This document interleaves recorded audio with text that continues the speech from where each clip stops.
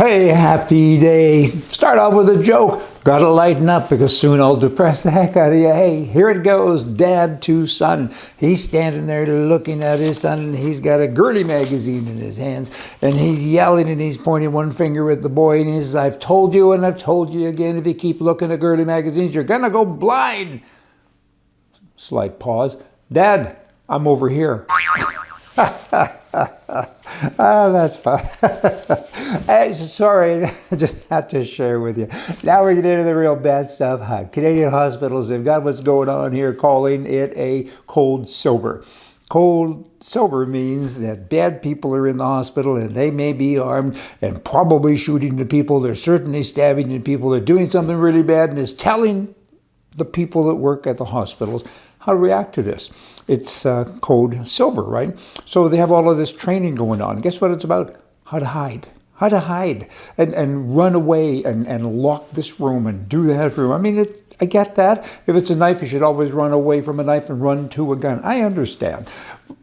But to hide, I mean, there's no alternative. I think there is. You need to defend your life. You need to defend the lives of other people. You need to have a gun. Boomity, boomity, boom, boom. Guns, the great equalizer. What is wrong with these people? I don't get it.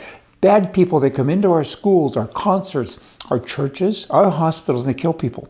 You need somebody around there with a gun. I'm not suggesting a doctor and a nurse has to walk around with a handgun. Of course not. Somebody, though, needs to be trained. There should be somebody on shift all of the time, maybe more than one, that understands this. This cold silver business, it's okay. How to respond, I understand that as well, to a degree.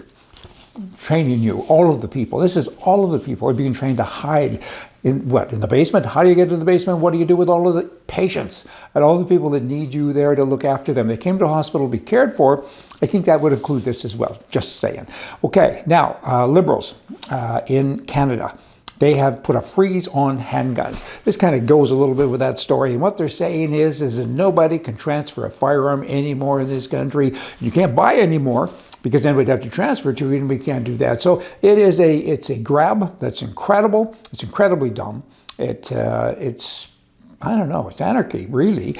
I mean, this is just for the good guys, right? How is it that it's okay for some people to have guns, but not everyone? Because at the end of this cycle, the life cycle, there won't be any handguns left in the country. With the good people, the people who qualified and have background checks done each and every day, they'll all be gone because you can't transfer them. You die, your estate doesn't get your guns, and they're worth a lot of money. That's all gone. All of your money now, if you own handguns in Canada, it's gone. Guns are worth, upwards of thousands of dollars each. Certainly some are worth 200, 500, 800. The average, it's said, is 1,000. And it's said that there's 1 million handguns in Canada. Like, what is that? That's $1 billion, I think. Got to do the math. But who are they? These people, government people, come along and say, we're taking $1 billion out of the system because that's what they've done. How is it, again, that it's okay for some to have guns and not everyone? Banks, they're protected by guns. Countries are protected by guns. Politicians are protected by guns. Criminals protect themselves by guns. But we can't protect ourselves. And we can't protect our children.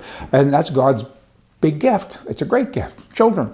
And they're not protected by us because criminals, they still protect themselves with guns. But they took the guns effectively away from all the people who pass all of the tests. I know I'm repeating, but I got to get the point across. What's happened? What's going on? I mean, they got this thing happening, and it's happening now. So if you have a gun in Canada, it's now worth nothing. You can't sell it. You can't give it away. It's yours, and you can hardly use it. I mean, based on the way that they put everything together. It's not nice. How do you fix that? Firstly, you need somebody with a mind to run the government, and it ain't the people you got now. When exactly did everybody become a Marxist? When did that happen? Marxist critical race theory in the schools, they've been working on that for like a long, long time, and so many other things. We want to take our identity away. Part of our identity is to protect our lives. In Canada, that's what I'm talking about mostly, it's against the law to defend yourself with a tool of any kind. Of any kind. Bad guys come and go boom, boom. You're not allowed to do anything. And now you can't even go out and buy a tool to do that. Historically, the history of Canada, everything. I mean, these people have screwed it all up because they're not real Canadians. They hate Canadians. The Liberal government today, they should change the name. Liberal, they're not liberal of old. They're Marxist, and even a Marxist. I don't even know if they're that. They're bad, bad things.